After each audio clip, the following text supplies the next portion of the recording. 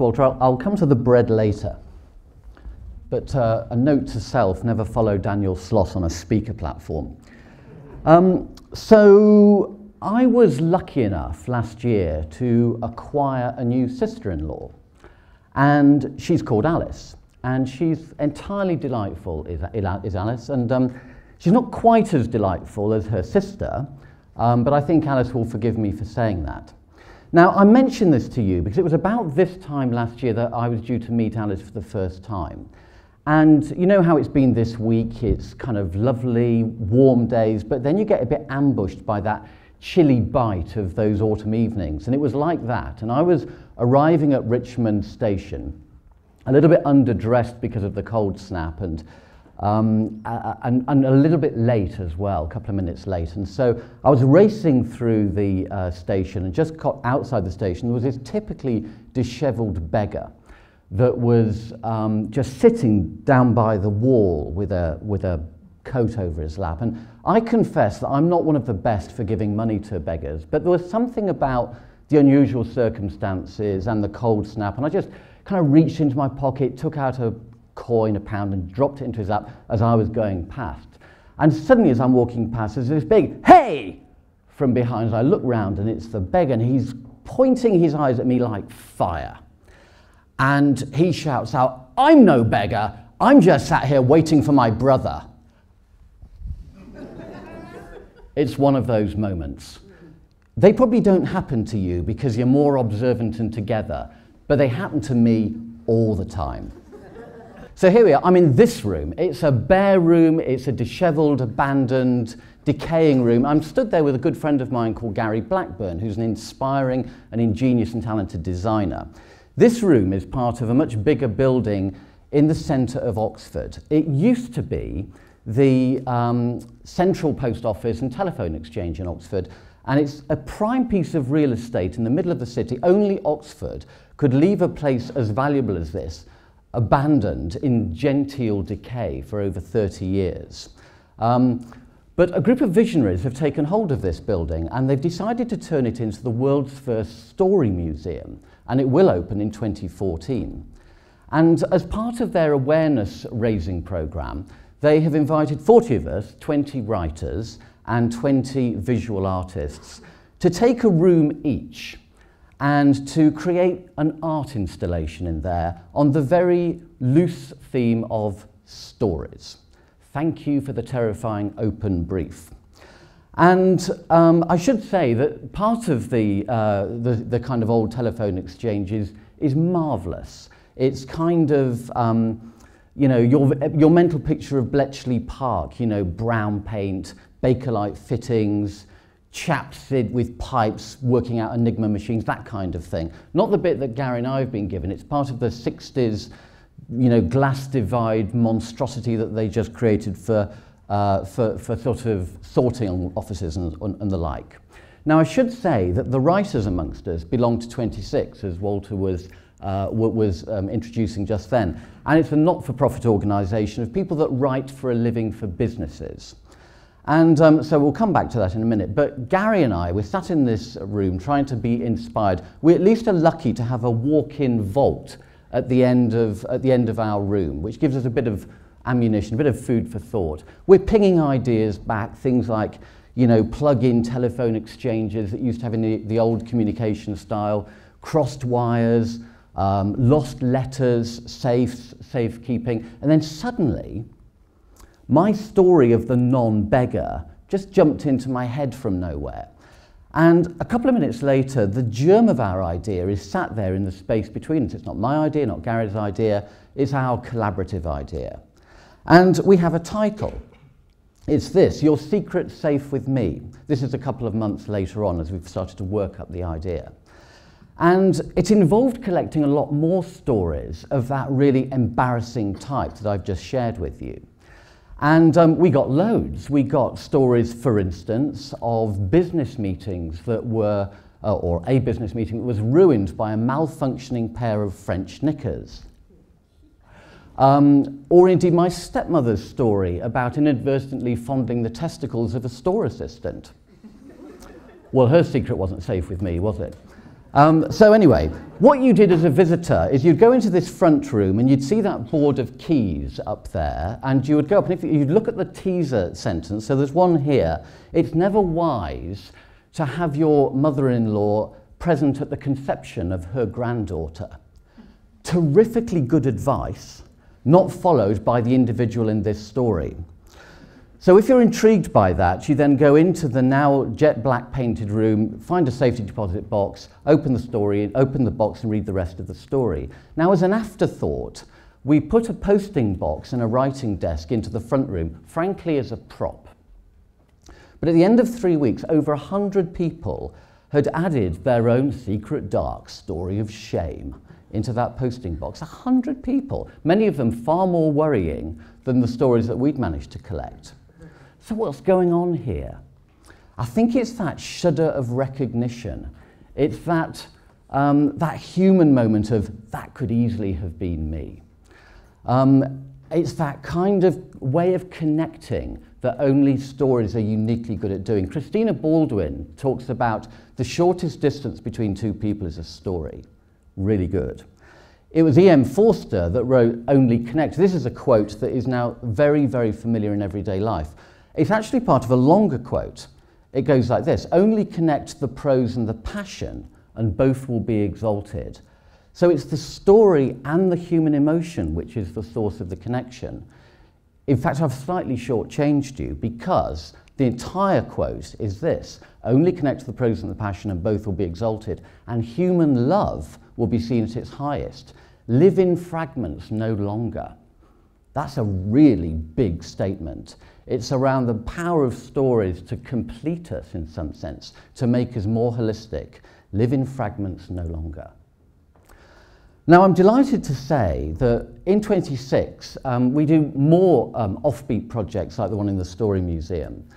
And there's something about being a writer for business that means that you can't just make up your own story. You're kind of working to a brief a bit, and you're working with what you've got. And companies tend to not value their own stories half the time. So if you're writing for them, you are a bit of a truffle hunter. You're in the discard pile of the company's own stories, and it infuses the quality of the projects we tend to do for our own creative refreshment. The next one I want to share with you is called Throwaway Lines. And this was the brainchild of one of our members, a guy called Andy Hayes, who has the distinction of being the undisputed tallest man in 26, a highly prized position. And Andy is so tall that we couldn't actually get a picture of all of him into a photograph. So this is a picture of most of Andy Hayes, and he's standing significantly next to a litter bin. This is no accident.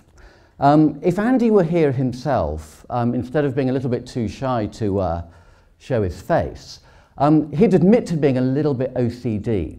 In his case, he cannot walk past a scrap of litter. Picks it up, deals with it. One day, he was walking past some litter, picked it up, unfurled it, and was amazed by the craziness, the enigma of the words that he saw. And he thought, there must be a book in this, as people like us are prone to think. There was no book in it in the end, but 40 scraps of paper later, we had a project on our hands. This is the kind of scrap that Andy picks up. You have an oversized package. Had to get a little bit of smut into a TEDx talk. And so 26 of these were handed out to our writers, and the inspiration, it was just, the brief was, be inspired to write a story around that scrap. Here's another one. Visitors can get tasters for upcoming activities.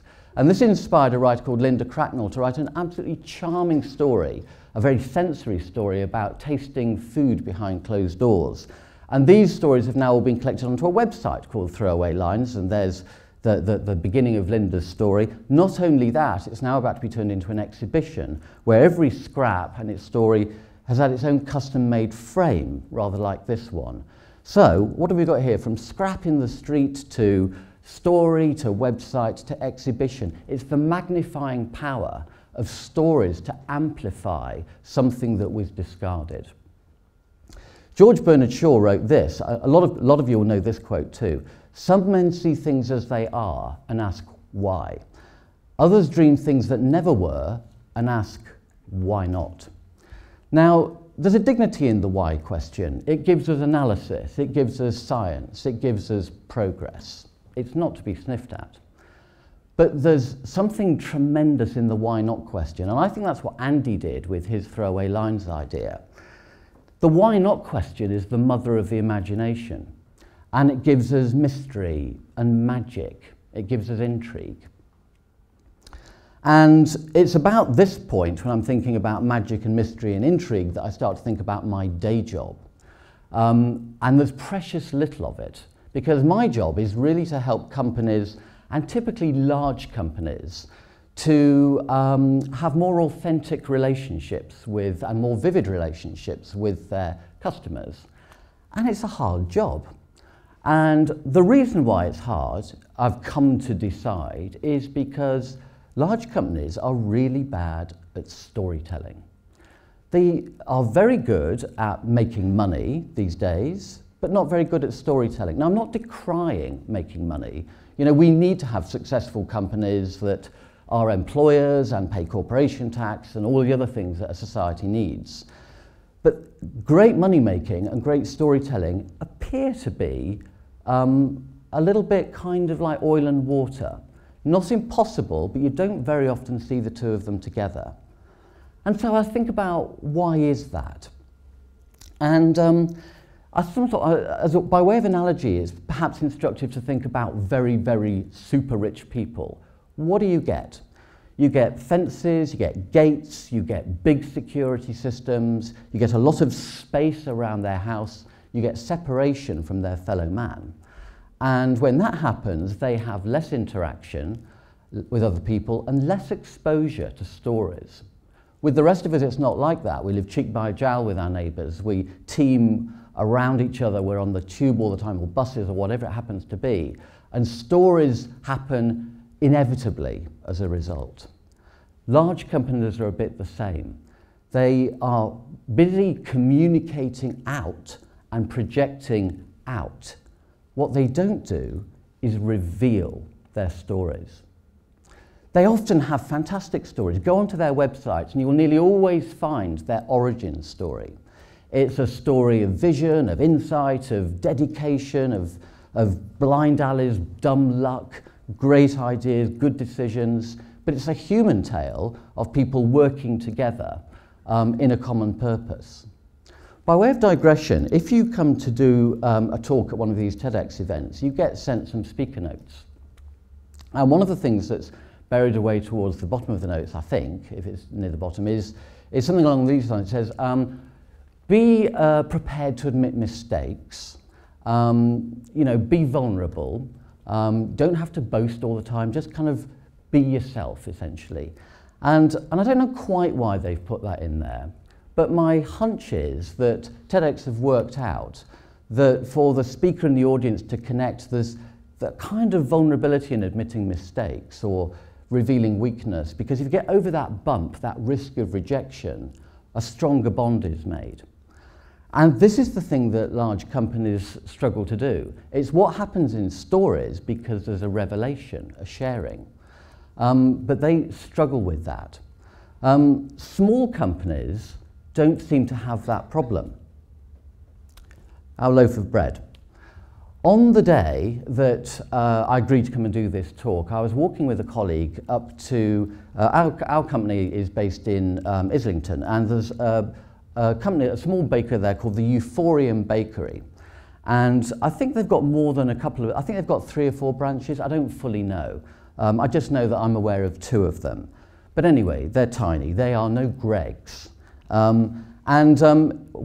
I'd just been agreed to do this talk, and I was thinking about stories. And they've got this panel in here about yeast. And the panel talks about the fact that in the old days, people thought that God was responsible for helping bread to rise. And then Pasteur came along, and he discovered the monocellular organism. And from then on, we've kind of understood more about what makes bread rise. And they go on to say in the panel, do you know what? We don't really know the truth of it. What we know is the effect of yeast and the joy of it, because that's what floats our particular boat. And as you buy a bread from Euphorium, and here is a loaf of theirs that I bought yesterday, you suddenly realise that the story of yeast is somehow inside that, that loaf in the way that they've done it. It's brilliant. And I hope that if they do get bigger, they continue to revel in the joy of stories in the way that large companies don't. And if they do, they will join that rare band of companies like the Innocents and the Lushes of this world that retain their joy of story. Now, it's not even as if story has to be a big part of any company's communications priorities. Ernest Hemingway said that the best story he ever told was only 6 words long. So we've got time to share it. For sale, baby shoes never worn. Baby shoes never worn. How heartbreaking and poignant is that? Do you know what? There isn't one word that could be added to that story that would increase the quality or the power of its impact. Now let's imagine for a minute that our companies could talk with that kind of compression. Think about the annual report. You're a shareholder. The annual report drops through your letterbox onto your mat. It's 150 pages long. You toss it into the bin unread once you found out how much the chief executive earned last year. If they could just say, though, you know, profit steady, more of the same, thank you, it would be stunning, wouldn't it? We'd all rush off to their website. We need to know more about a company that's got that kind of confidence and bravery to talk in that sort of a way. So other people have been quite inspired by the Hemingway thing. Here's one that Blake Morrison wrote, for example, the poet. Womb, bloom, groom, gloom, room, tomb. I'd like to set you all the challenge of writing a 6-word story about your own career or life. It's an instructive thing to do. And I thought in the spirit of Ted's rejoinder to be weak and vulnerable, I should step up to the plate myself. So I'm about to share with you the story of my own astounding novelistic career. End of narrative arc, found coppers. And I'm here today to tell you that the word coppers in that story is a massive overclaim. So I'm going to finish by sharing the final line of a film that means a lot to me. It's called Sarah's Key. It was released about 4 years ago. It's a very moving story. We haven't got the time to deal with the story here, but it's here to really tell us, for the sake of the final line. And here it is. When a story is told, it is not forgotten. It becomes a part of who we were and of what we can become. It becomes a part of who we were and of what we can become. So this is what I really believe, finally, about stories. Stories can be a source of redemption for people and for businesses. Of course they enrich, they inform, they entertain. We know all that.